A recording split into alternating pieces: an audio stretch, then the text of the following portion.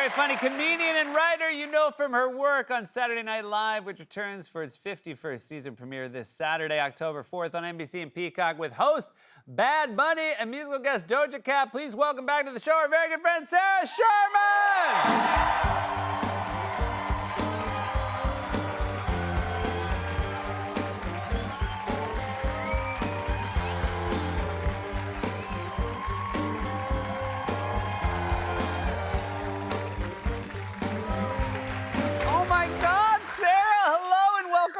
Thanks for having me. I'm so happy SNL's back in the building. I'm so happy you're back in the building, and I would love to ask about your outfit. I dress... What? Is it weird? It's unique. It's unique. I'm dressed as writing night. Oh my God, that's well. So we're back in the SNL season, and so you have a writing night. So tell us a little bit about what writing night is to you. It's torture. It's hell. You go to sleep with your eyes closed, being like, think of something good, think of a good idea, think of something funny, and then you wake up this next morning with nothing. Yeah. And you crawl your sorry ass to work, and you're like, please, someone help me. And everyone's like, what you got? And you're like a character called Poop Vampire who has a catchphrase, I want to suck your butt. I don't know. It's pretty good. Who's clapping because they pity me? No, there's somebody. There's a party from Transylvania here today. You did get to, you opened for our dear friend Adam Sandler this summer. And Adam, best guy in the world. And by the way, the secret's out that he's the best guy in the world. He plays some big rooms. He does. What's it like opening for him in these very big arenas? It's terrifying because everybody came there to not see you. Right. So anytime someone gets on stage that isn't Adam Sandler, they're like, this is 10 minutes that isn't Adam Sandler. Yeah. And can you feel it from stage? Oh, yeah, you can hear people saying to you, get off stage, please.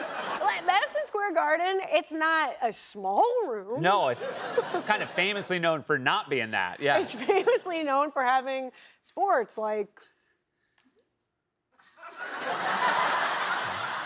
So it was a real honor for you to play there. Thank you, the New York Giants. How many gigs did you do? How many shows did you do at MSG? I did one, and that was enough. That was a merciful one. And it's really fun. But Adam Sandler's a rock star. So he's a rock star. He gets out there, he's got a guitar. It's like, you know what I mean? And I get out there and I'm like asking the Jumbotron guy to zoom into my butt. No, I will say, Adam is both a rock star and yet very easy to talk to because he's such a down-to-earth person.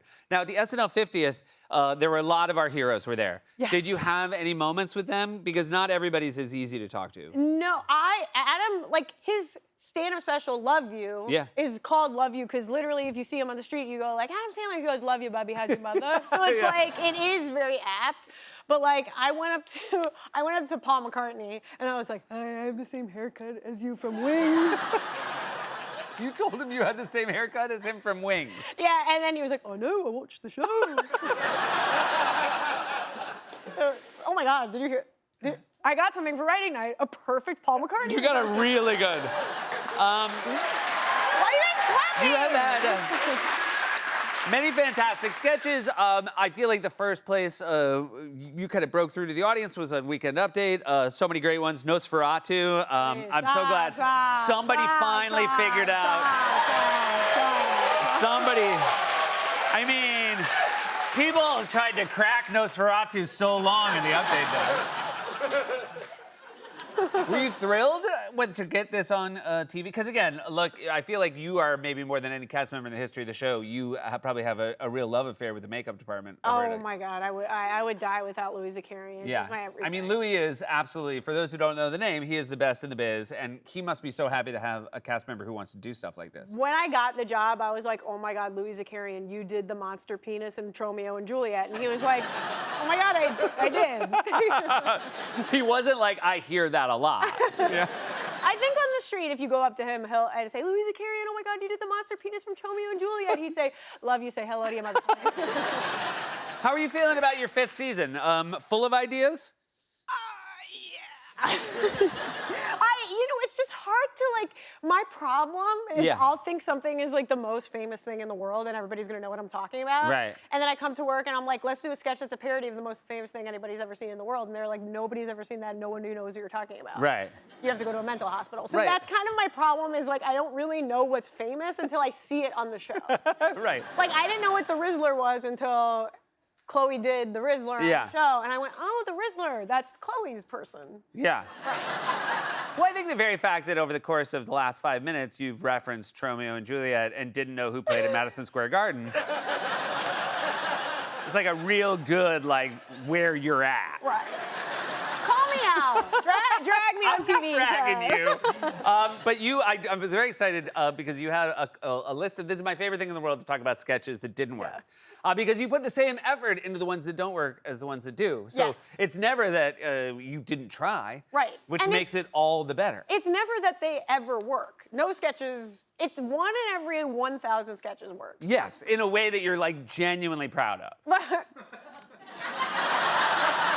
Look, I was there too. This is like, trust me, I'm talking about me. But this, so what? Explain the art. Did you make the art to explain the idea? So so a lot of sketches will start where I'll scribble something like a psychopath serial killer on a napkin and take a picture of it and send it to a writer and be like, huh? And they'll be like, I can't see, but there's a wasabi stain all over your drawing, by the way.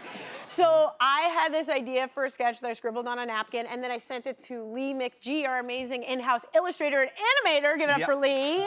Lee did amazing work right here, I'll tell you. And I said, Timothy Chalamet was hosting, and I was like, oh my God, he's hosted before. He's like basically my best friend at this point. Obviously, he should play me like a human instrument. Right. And then relax.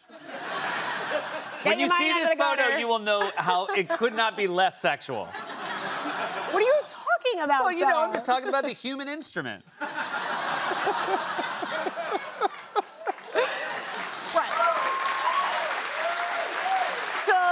Me, Gary Richardson, Will Stevens stay up, I'm gonna say till 5 in the morning, laughing, ha ha ha, knee slapping. I'm a human instrument, obviously. Timothy Chalamet is playing one of my favorite crazy Japanese noise musicians, Keiji Haino. Keep him out. Okay, great.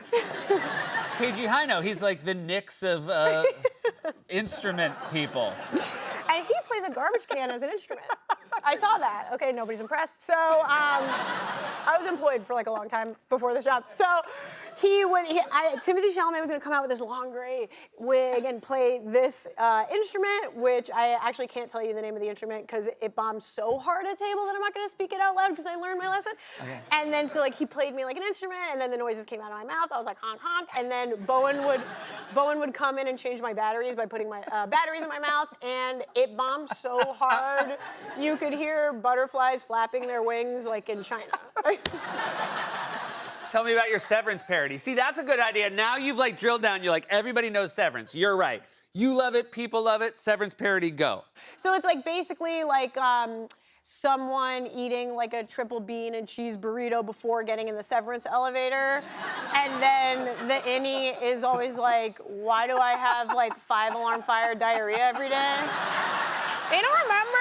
That's a good one. It's good. Can I tell you? I had a favorite of your pitches. So just know, like, I'm sorry if I'm giving you PTSD, but I'm really excited to hear you talk about your Ant-Man parody when Paul Rudd was there. Right. So obviously we wrote a sketch where I played like a 100-year-old grandfather, and I was like, Ant-Man, what if you shrunk down really small to Ant-Man size and went to my penis hole and blasted all my kidney stones with a laser ray or whatever? Needless to say, it didn't go to air. You have a new HBO special. I'm very excited for you. Congratulations. This is you in a dunk tank for the cover art for it? Yeah, so as you guys can see, this is a still from the behind the scenes of my stand-up comedy special. Right, where you're inside, so this was, what is the name of the special? It's called Sarah Squirm Live and in the Flesh. Okay, great. Cool. All right, cool. Did you enjoy going underwater to get your photo taken? Okay, so I actually have a lot to say about this. So we had to get a shot. It was my idea. We had to get a shot of me underwater. Yeah. But it's really expensive to put a camera underwater. So my friend Dylan, who's one of the puppet makers in the Monkey Boys at SNL, who makes all the crazy puppets at SNL, my friend Dylan was like, instead of like getting a camera underwater, why don't we rent a dunk tank? Right. So, because dunk tanks have windows, so people can take a picture and make fun of you after you get like dunked or whatever. So we filled this dunk tank up with freezing cold water, and everyone's like, sure, you can go underwater with freezing cold water? I was like, don't I look like friggin' Olympian? And everybody's like, absolutely not. So I had to get like at least 30 seconds underwater, but did you know that it's actually really hard to hold your breath when it's freezing cold? Yeah, everything about this looks harder than I think you thought it was before you did it. But what?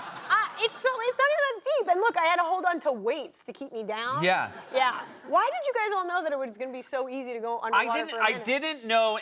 All I'm saying is, like, based on this photo. Right.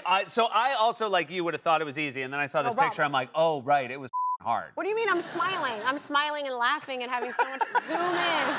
I'm very excited to see your special. I'm very excited to see you back on SNL, and I'm always so happy to have you. Thank you for being here.